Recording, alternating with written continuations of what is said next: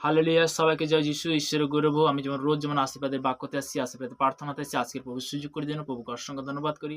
মনে প্রশংসা করি। তো তেমনি বলতে কি আজকে আমরা বিশেষ করে পবিত্র বচনে যাব। যিশায়া, সবাই যিশায়া পেজটা উল্টাবে।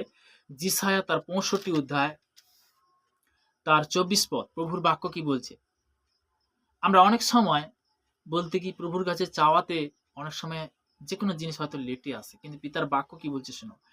আর তাদের ডাকিবার পূর্বে আমি উত্তর দেব, তাহারা কথা বলিতে না বলিতে আমি শুনিব। পিতার বাক্য আমাদেরকে ধরতে হবে, জানতে হবে। কথা না বলিতে বলতে কি? আমাদের বলতে কি?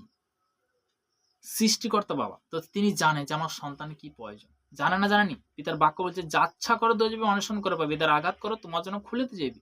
আমরা হয়তো অনেক সময় চাচ্ছি কিন্তু দেখা যাচ্ছে সেটা হয়তো আসছে। আসছে বলতে কি সেরকম ভাবে সঙ্গে, সঙ্গে কারেক্ট হয়তো হচ্ছে না। সঙ্গে, সঙ্গে তো লেটে আসছে।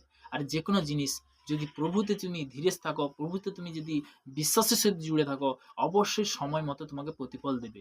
তো তেমনি নেগেটিভ নয়, নেগেটিভ আমাদেরকে মন থেকে কি করতে হবে? মুছতে হবে। তো তেমনি বলতে কি পিতার বাক্য কি করতে হবে? আমাদেরকে কি করতে হবে? ধ্যান দিতে হবে। তো তেমনি বলতে পিতার বাক্য কি বলে গেছে? আর তোমরা যখন প্রার্থনা করিতে দাঁড়াও, যদি কারোর বিরুদ্ধে কোনো কথা থাকে, তাহাকে তুমি ক্ষমা করো, যেন সর্বস্ব পিতা তোমার অপরাধ সকল ক্ষমা করে। তখন তোমাকে কি করবে?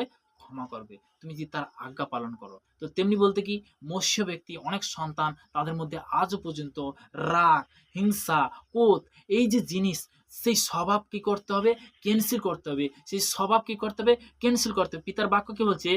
আর তাদের ডাকিবার পূর্বে আমি উত্তর দেব, তারা কথা বলিতে না বলিতে আমি শুনিব। হালেলুয়া! হালেলুয়া! তো তেমনি প্রভুর বচনকে যদি আমরা ধ্যান দিই, কিন্তু কখন শুনবে?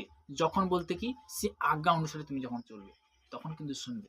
কিন্তু আজকে যারা শুনছে তাদের জীবনে গুড নিউজ আসছে শুনতে। কেন? তিনি আশীর্বাদের বাক্য তিনি আমাদেরকে প্রত্যেকটা মুহূর্তে আশীর্বাদের বাক্য কিন্তু তিনি দিয়ে গেছেন। তিনি শিক্ষা দিয়ে গেছেন। প্রভুর বাক্য বলে গেছে, আদিতে বাক্য ছিল, বাক্যে পিতা পরমেশ্বর সমস্ত কিছু সৃষ্টি করেছে। তো তেমনি বলতে কি প্রভুর ধন্যবাদ হোক। আজকের বিশেষ করে ঈশ্বরের গৌরব হোক যে আজকের যে বিশেষ করে এই বাক্য দেওয়ার জন্য। তো আমি প্রার্থনাতে যাব। সর্বশক্তিমান ঈশ্বর পিতা, তোমার মহান আমি ধন্যবাদ করি পিতা। স্বর্গপিতা সিংহাসন পিতার পাদ তোমার চরণতল প্রভু গো। আজকে সুন্দর বাক্য দেওয়ার জন্য মহান আমি প্রশংসা করি প্রভু গো।